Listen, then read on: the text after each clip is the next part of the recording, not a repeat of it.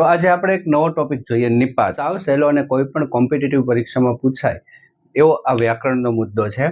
વાક્યમાં ભાર દર્શાવતો શબ્દ જે હોય ને એને નિપાત કહેવાય છે. જો બોલતી વખતે આપણે કયા શબ્દ ઉપર ખરેખર ભાર આપવાનો છે અને એ શબ્દ નિપાત કહેવાય છે.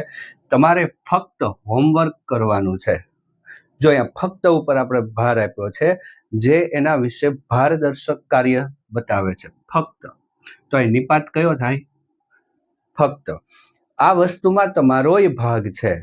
અહીંયા તમારે ગમે તે શબ્દ ઉપર વજન નથી આપી દેવાનું. વાક્યમાં શું કહેવાનો અર્થ છે ત્યાં જ આ વસ્તુમાં તમારોય, આ તમારો એ શબ્દ ઉપર વધારે ભાર આપવામાં આવ્યો છે.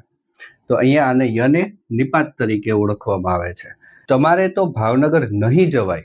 જો અહીંયા તો શબ્દ છે ને જ પણ છે, પણ ભાર તો ઉપર નથી, નહીં જ અવાય એટલે ભાવનગર તમારે અવાય નહીં જ, એમ અહીંયા જ ઉપર ભાર આપવામાં આવ્યો છે એટલે જ નિપાત બને છે.